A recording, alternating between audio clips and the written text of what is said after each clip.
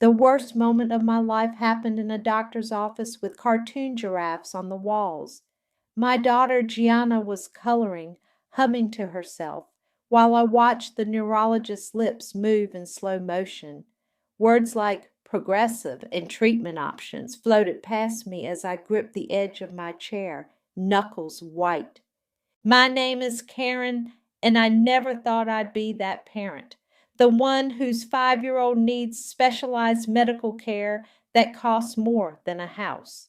But here I was, nodding mechanically as Dr. Patterson explained my daughter's rare neurological condition, trying not to let Gianna see me cry. Mommy, look, I made you. Gianna held up her drawing, a stick figure with wild curly hair like mine, wearing a cape. Even now she was trying to make me smile. That evening I sat in my car outside my parents' sprawling Victorian home, rehearsing what to say. They had money, serious money, the kind that funded my brother Brendan's yacht business without blinking, the kind that could save my daughter. The housekeeper let me in, and I found them in the study. Mom perched on her antique settee, Dad behind his mahogany desk, and Brendan lounging by the fireplace like he owned the place, which I would soon learn he practically did. Karen, Mom's voice was ice. This is unexpected. I cleared my throat. It's about Gianna. She's sick. The doctors found. Oh, Karen. Mom sighed, cutting me off. What have you done now? Done? I haven't done anything. She has a neurological condition. It's genetic. It's nobody's fault. And the treatment?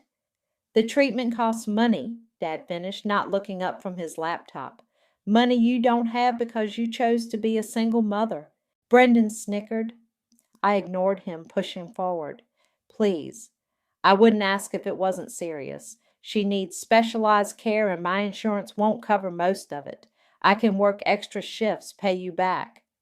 That won't be necessary, Dad interrupted, finally meeting my eyes. We've made some decisions about the family assets. Everything's being liquidated and transferred to Brendan's business ventures. It's already done. The room spun. Everything? But what about Grandma Nora's trust? That was supposed to be split.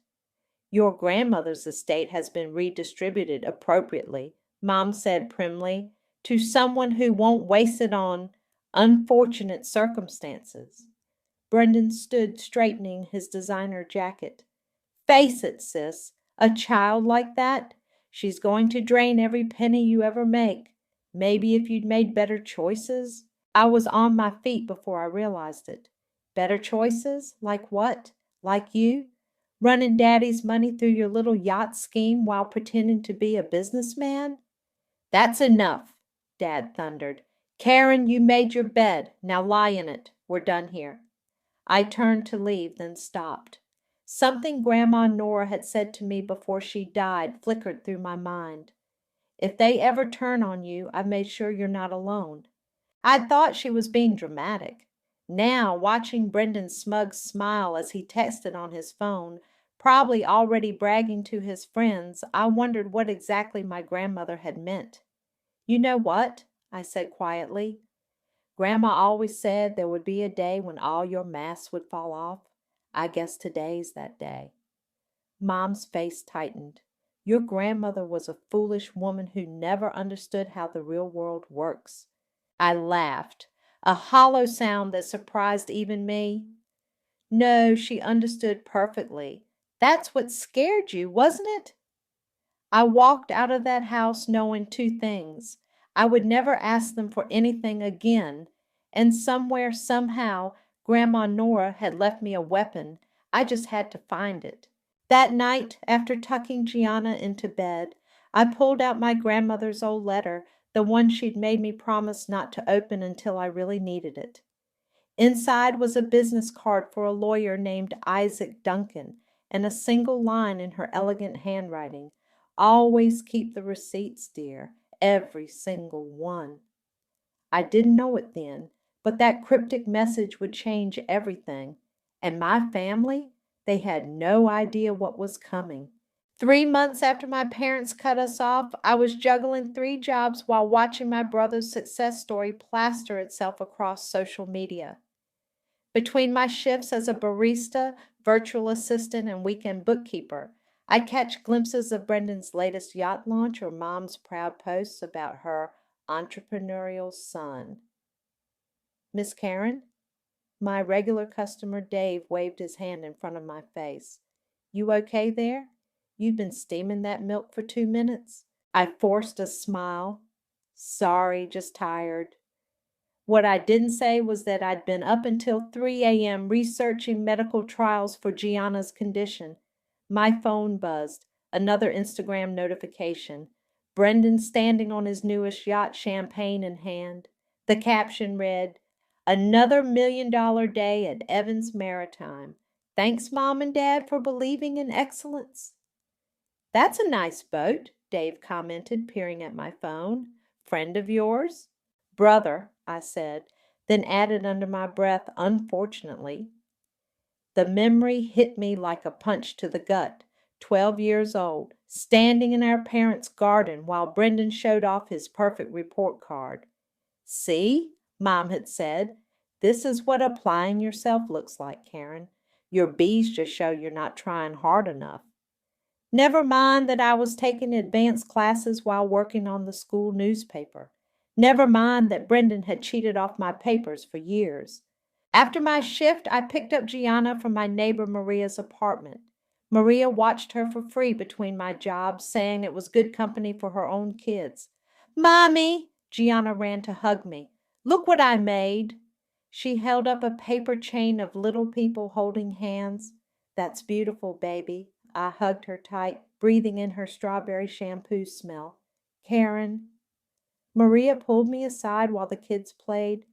A letter came for you today. Looks official. My heart stopped when I saw the law firm's letterhead. Isaac Duncan and Associates, Grandma Nora's lawyer. Dear Ms. Evans, it read, your presence is requested at a family estate meeting regarding final trust dispersals, Thursday, 2 p.m. I called Maria immediately. Any chance you can watch Gianna on Thursday afternoon? Of course, but are you sure you want to go after what they did? I thought about Grandma Nora's note. Keep the receipts.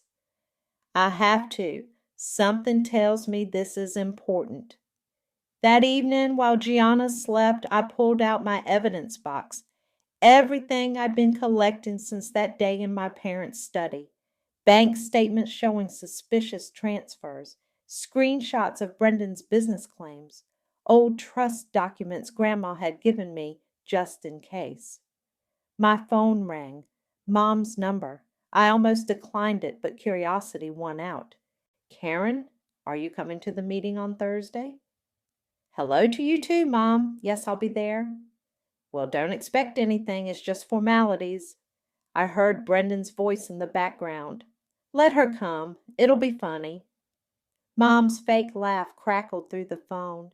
See you Thursday, dear. I hung up and looked at my evidence box. Funny, huh? We'll see who's laughing. The next morning, I dropped Gianna at her therapy session, the only one we could afford, once a month instead of the recommended weekly visits. She's making progress, her therapist said, but with more intensive treatment. I know. I watched through the window as Gianna concentrated on her exercises. I'm working on it. Back in my car, I pulled out Grandma Nora's letter again. There was something else written on the back that I hadn't noticed before. Remember the summer you were 16 when Brendan wrecked your car and blamed you? I knew the truth then. I've always known the truth. Thursday will be your vindication. My hands shook as I read it again. Grandma Nora, the quiet observer who never missed a thing. What exactly had she planned? I opened my laptop and started typing, documenting everything, every slight, every lie, every manipulation. If Thursday was going to be what I thought it was, I needed to be ready. My phone buzzed again, another Instagram notification. This time it was Mom posting about family values and supporting success. The photo showed her, Dad, and Brendan at some charity gala. I smiled, thinking about Thursday. They had no idea that their perfect family facade was about to crack wide open, and I had front row seats to watch it fall. I arrived at Isaac Duncan's law office 10 minutes early, wearing the only business suit I still owned. The receptionist led me to a conference room where my family was already seated. Mom examining her manicure, Dad checking his phone, and Brendan smirking like he just won the lottery. Karen, Isaac Duncan stood to greet me, his kind eyes crinkling. Please sit here. He gestured to a chair directly across from my family. Can we get this over with? Brendan drawled. Some of us have actual businesses to run. Isaac cleared his throat, pulling out a thick folder. Yes, let's begin. We're here regarding the final dispersal of Nora's estate trust, with some previously sealed provisions. Mom straightened. Sealed provisions? Everything was already distributed. Not quite. Isaac adjusted his glasses. Nora left specific instructions that certain clauses were to remain sealed until particular conditions were met. He pulled out a document. The first condition being, and I quote, in the event that Karen or her children are disinherited due to discrimination, medical conditions, or unjust bias. The room went silent. Dad's phone slipped from his hand. That's ridiculous, Mom snapped. We didn't discriminate. We made sound financial decisions. Isaac continued as if she hadn't spoken. Upon verification of this condition, which I have documented here, Karen becomes the primary executor of the True Family Trust. The what? Brendan stood up so fast his chair scraped the floor. The True Family Trust, Isaac repeated. The assets you received, Brendan, were from a secondary trust. The primary trust, worth approximately 2.4 times that amount, has remained sealed until now. My father's face turned purple. This is impossible. We would have known. Actually, Isaac interrupted, Nora was quite careful. She structured this years ago with multiple witnesses and ironclad documentation. She suspected her estate might be mishandled. He slid a document toward me. Karen, as executor, you have the power to review and potentially reclaim any misallocated assets, including those already distributed. Brendan slammed his hands on the table. You can't do this. That money is invested in my company. Which makes it even easier to reclaim, Isaac noted, as it's still technically family assets, just redistributed without proper authority. This is a joke, Mom said, but her voice shook. Karen put you up to this. Isaac's eyes hardened. Mrs. Evans, I've been your mother's lawyer for 30 years. Every document here is legitimate and binding. Would you like to see the notarized papers? I finally found my voice. How much? The primary trust is valued at approximately $8 million, Isaac said quietly, plus any reclaimed assets. Brendan collapsed back into his chair, face white. This will destroy my business. My investors? Should have done better due diligence, Isaac finished. There's more. He pulled out another envelope. Nora left specific instructions about medical care for great-grandchildren. In the event of any serious health conditions, treatment costs are to be covered in full by the trust. Tears pricked my eyes. Grandma Nora had thought of everything. This is what you wanted, isn't it? Mom hissed at me. To destroy this family? I met her gaze steadily. No, Mom. You did that when you turned your back on a sick child.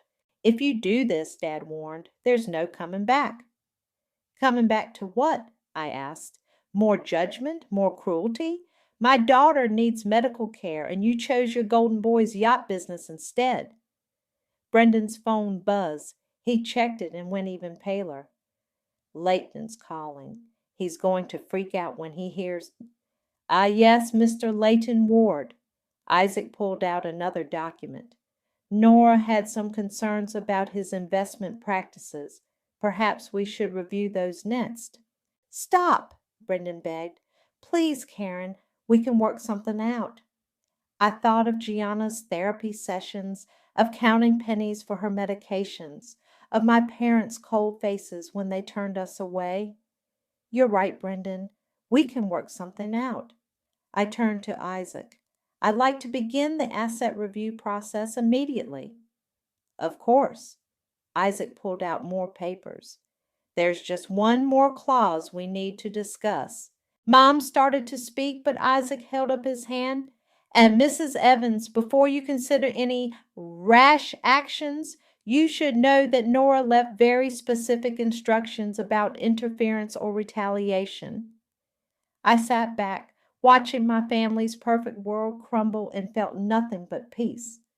Grandma Nora's final gift wasn't just money, it was justice. This is absurd, Mom declared, standing up. The money's gone. Brendan's business is established. You can't just take it back. Isaac calmly opened another folder.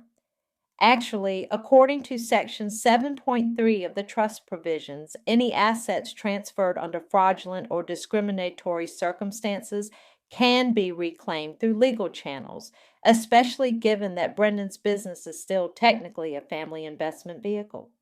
Fraudulent? Dad's voice rose. Watch your accusations! Let's review the timeline, Isaac suggested, spreading out documents. 3 days after Karen sought help for her daughter's medical condition, you liquidated family properties valued at $3.2 million. The next day, those funds were transferred directly to Evans Maritime LLC, despite the company showing significant operational losses. Brendan jumped up. Those weren't losses. We were expanding. By inflating asset values and misrepresenting investor returns? Isaac raised an eyebrow. Mr. Ward's creative accounting methods are concerning. My brother's phone buzzed again. He ignored it, his face ashen. This is a mistake, Mom tried again. Karen, think about what you're doing. This will ruin your brother's reputation. Like you ruined mine, I countered, telling everyone I was an irresponsible mother, that I somehow caused Gianna's condition. Dad slammed his hand on the table. You're making a scene. No, I said quietly. I'm making things right. Isaac pulled out more paperwork. I prepared the initial injunction documents. Karen, if you'd like to review them. Brendan's phone kept buzzing.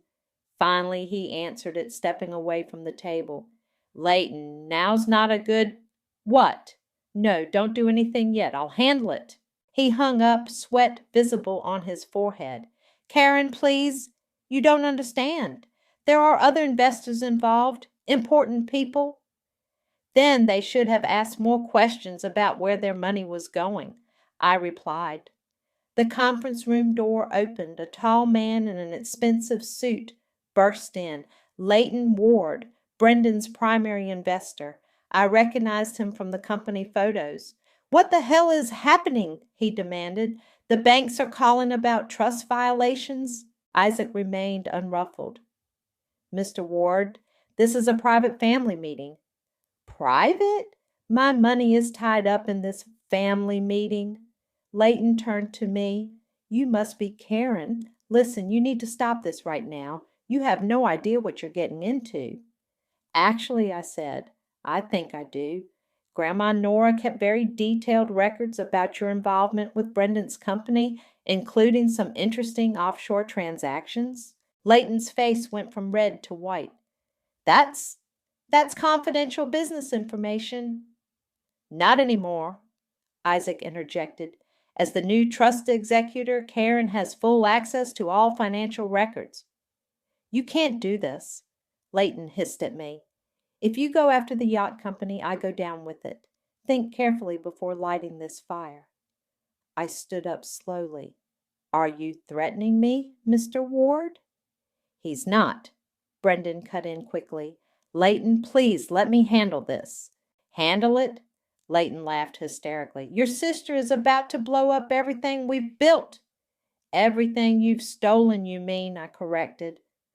Mom tried one last time. Karen, if you do this, you'll never be welcome in this family again. I picked up my purse, gathering the papers Isaac had prepared. That's funny, Mom. I thought I already wasn't welcome. You made that pretty clear when you turned away your sick granddaughter. I'm filing the injunction paperwork today, I announced, heading for the door. You might want to warn your other investors, Brendan. Things are about to get very interesting. You'll regret this, Leighton called after me. I turned back one last time. No, I won't, but you will. Outside Isaac's office, my hands were shaking as I called Maria. How's Gianna? Perfect angel as always, she answered. They just finished watching a movie. Everything okay? I thought about the papers in my bag, about Brendan's panicked face, about justice finally being served. Everything's great, I replied. In fact, I think we might be able to start those weekly therapy sessions after all. As I drove home, my phone lit up with text messages from unknown numbers, probably Brendan's business associates starting to panic. I ignored them all. Grandma Nora had given me the ultimate weapon, the truth, and I was just getting started using it. The next 2 weeks were a whirlwind. Isaac and I dug deeper into Brendan's business dealings, and each day brought new revelations, fake invoices, inflated valuations, money moving through shell companies like a shell game. Look at this, Isaac said, spreading documents across his desk. They claimed the Azure Dream Yacht was worth $2.1 million, but the actual purchase price was barely half that. The difference went straight to offshore accounts. I finished scanning the papers. How did they think they'd get away with this? People usually do when they think they're untouchable. Isaac adjusted his glasses. Your brother and Leighton were particularly creative with their accounting. My phone buzzed. Another text from Brendan. Please call me. We can fix this. I ignored it, just like I'd ignored the last 20 messages. Instead, I focused on the good news. Gianna had started her new treatment program, now that we could afford the specialists. I watched through the observation window as she worked with her therapist, her movements already stronger than last month. She's responding beautifully to the intensive therapy, Dr. Roberts told me. With consistent treatment, we're seeing remarkable progress. That afternoon, I had coffee with Maria, who'd become my closest confidant through all this. Your mother's been talking, she warned, stirring her latte, at the country club, at charity meetings, saying you're unstable, that you're destroying the family out of spite. I laughed. Let her talk. The court records speak louder. Speaking of courts, Maria lowered her voice. I heard Brendan's company accounts were frozen. Temporarily, I confirmed. Standard procedure when there's evidence of fund misappropriation. My phone lit up. A news alert. Local luxury yacht company under investigation. Below was a photo of Brendan leaving his office looking haggard. That evening, Leighton Ward was waiting by my car after work. You need to stop this, he said, stepping out of the shadows. I gripped my keys tighter. The investigation? That's out of my hands now. Maybe you shouldn't have cooked the books. Listen, he moved closer. There are powerful people involved, people who don't like losing money. Are you threatening me again, Mr. Ward? Because that worked out so well last time. He ran a hand through his hair, desperation replacing menace. Look, I have a family too.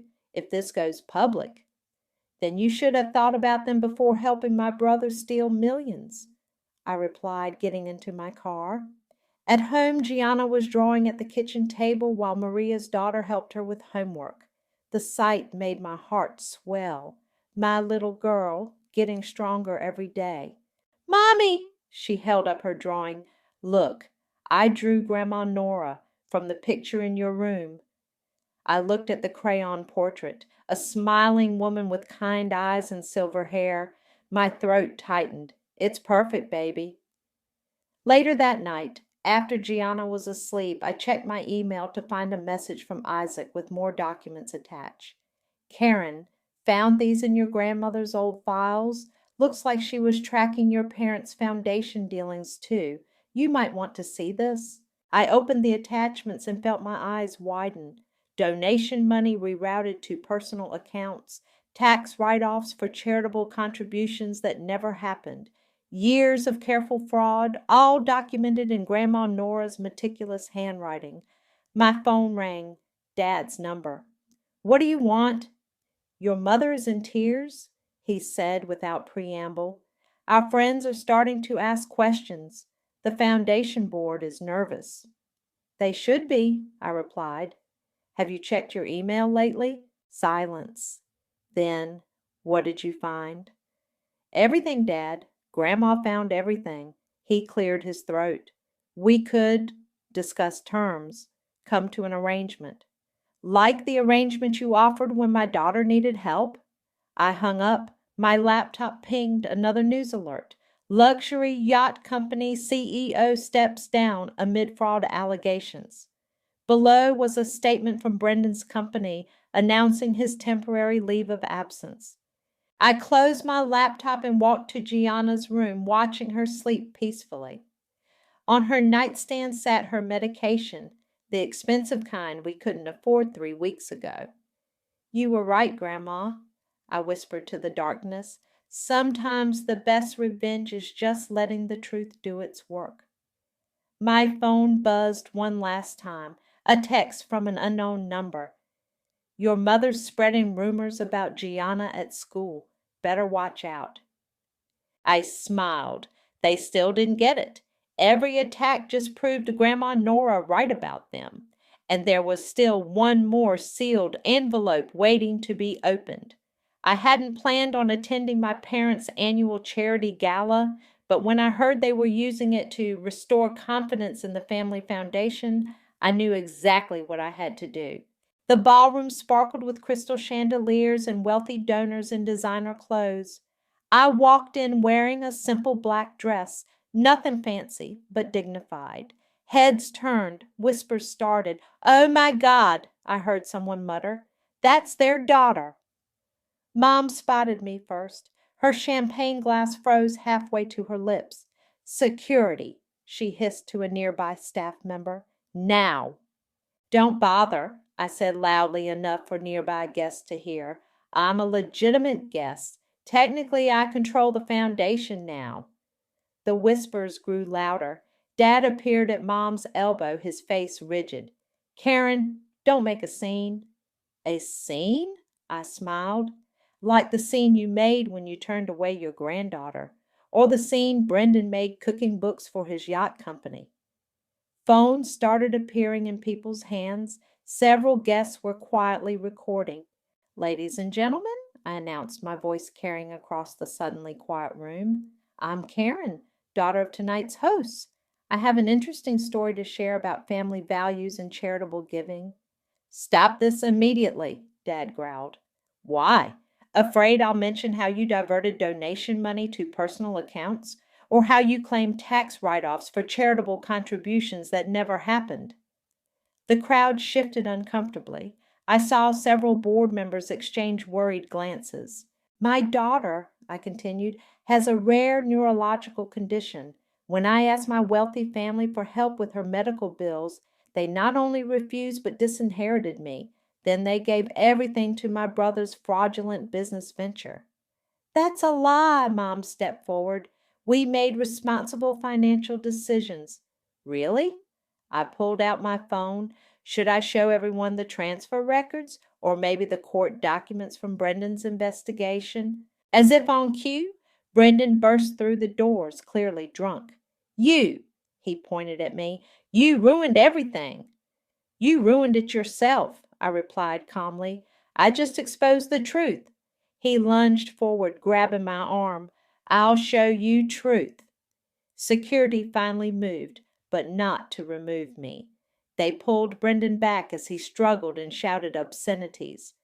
Get her out, Mom commanded, but the security guards looked uncertain, especially as more phones recorded the scene. Your daughter needs help, a woman in the crowd called out to my parents. How could you turn her away? Mom's face twisted. You think this makes you noble? She spat at me. It makes you bitter. No, I replied, my voice steady. It makes me free, free from your manipulation, your lies, your false image of perfect family values, while you hurt the people who actually need you. The crowd had grown larger, drawn by the commotion. I recognized several influential donors and local media figures. The foundation's records are being audited, I announced. Anyone who's donated in the past 5 years might want to check how their money was actually used. The results are enlightening. You're destroying this family, Dad shouted. You destroyed it long ago, I replied. I'm just making sure everyone knows the truth. As security escorted Brendan out, still cursing, my phone buzzed. A text from Isaac. Check your email. Found the sealed envelope marked, "If they keep fighting back." You're going to want to see this. I looked at my parents standing amid their crumbling social empire. One last thing. Grandma Nora left another surprise. I'll let my lawyer explain the details, but let's just say, your control over the family's assets is about to get even smaller. Mom's face went white. What are you talking about? You called Grandma Nora foolish, I reminded her, but she saw everything and she made sure justice would come, one way or another. I turned to leave, then paused. Oh, and Mom, those rumors you've been spreading about Gianna at school, they just triggered another clause in Grandma's trust. You really should have read the fine print. As I walked out, I heard the buzz of shocked conversations, the sound of reputations shattering like fine crystal. My phone was already flooding with messages from reporters seeking comments. Outside, the night air felt clean and fresh. I thought about Gianna, safely at home with Maria, probably reading her favorite bedtime story, about how she'd never again have to worry about getting the care she needed. My phone buzzed again. Isaac's message. Ready to open that envelope? I texted back. On my way. Behind me, I could hear my mother's voice rising in panic as more guests left the gala. Sometimes revenge isn't about striking back. It's about standing up and letting the truth do its work. And Grandma Nora, it seemed, had saved the best truth for last. Isaac's office was still lit when I arrived. He sat behind his desk, a thick manila envelope in front of him. Your grandmother, he said, was a brilliant woman. She knew exactly how your parents would react to everything. The initial trust revelation, the business investigation, all of it.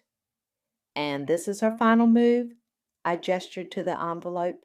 More like her checkmate. He opened it carefully.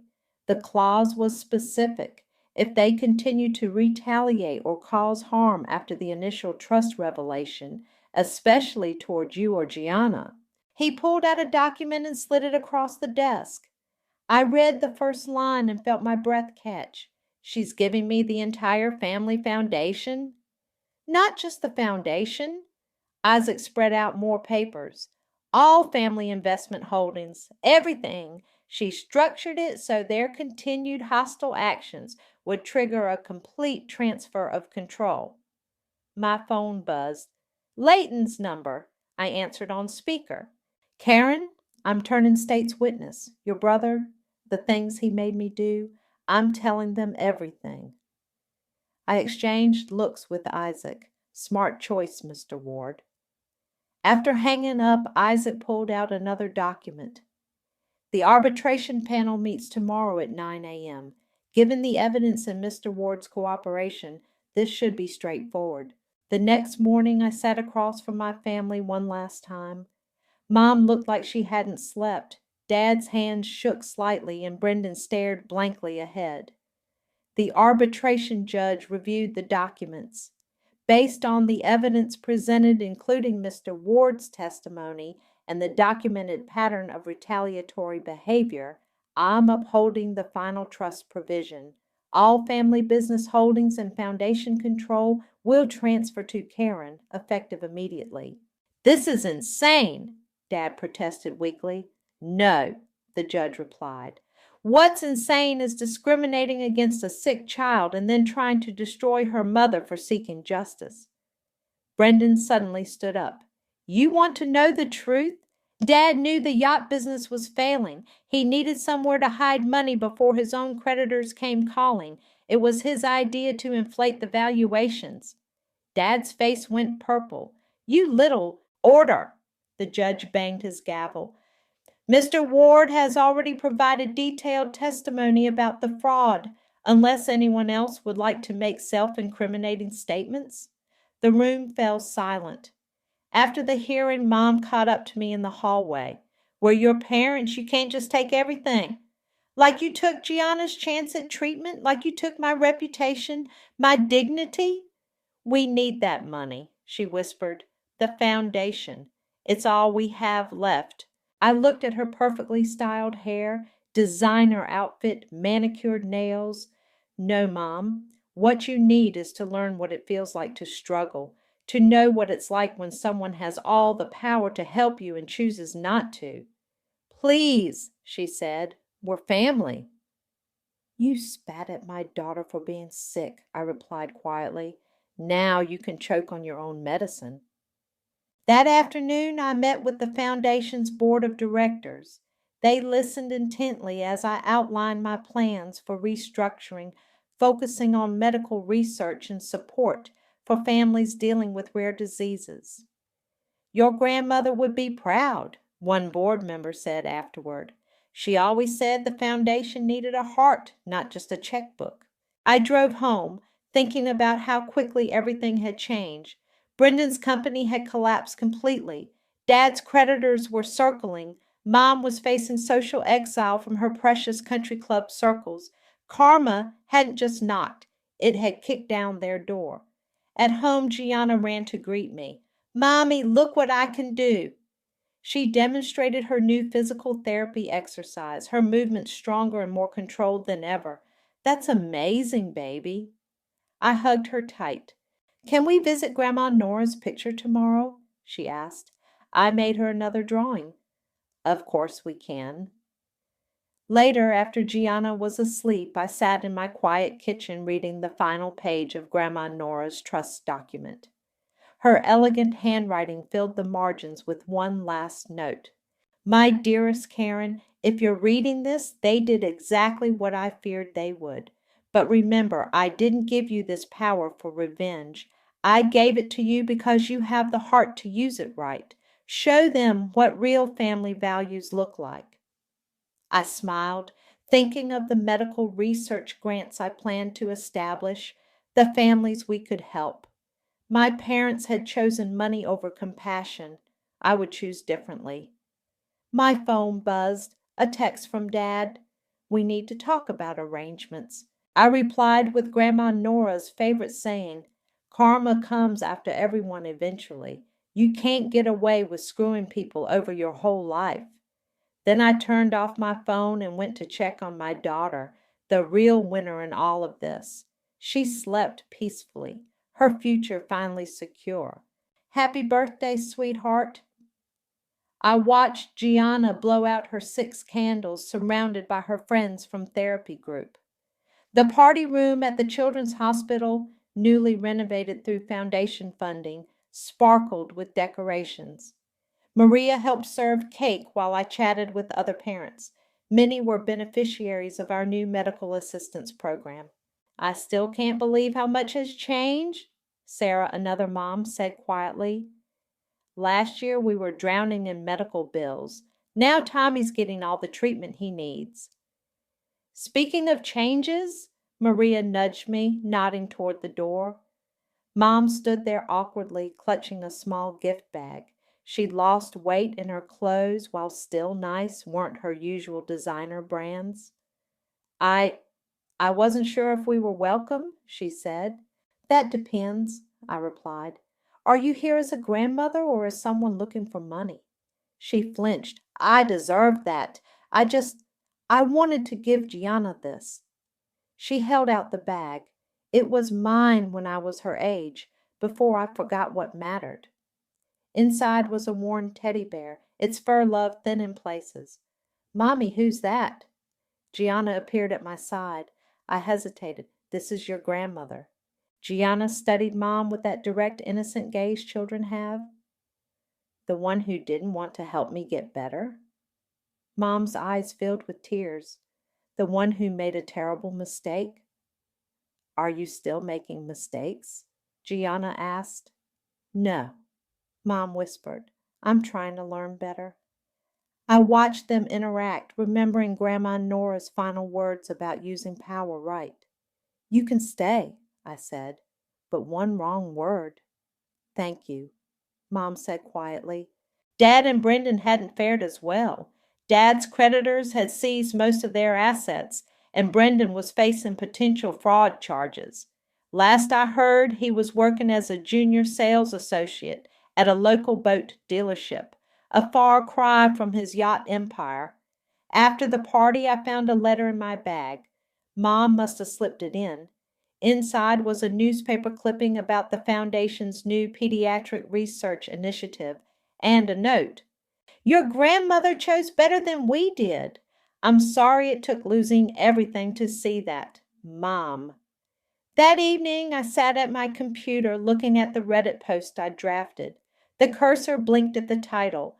"My family disinherited me over my daughter's illness. My grandmother's revenge from beyond the grave changed everything." "What are you doing, Mommy?"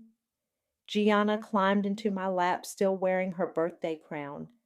"Telling our story," I said. "Want to help?" She pointed at the screen. "Tell them about the teddy bear and how Grandma Nora made the bad things better."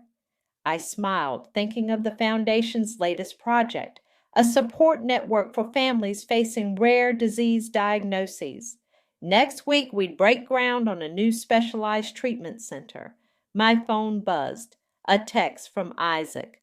"Board approved the new scholarship program for medical research. Your grandmother would be proud."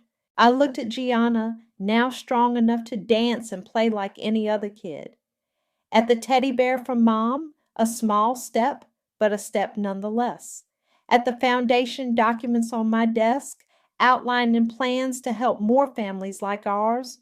Revenge hadn't healed everything, but it had cleared the way for something better.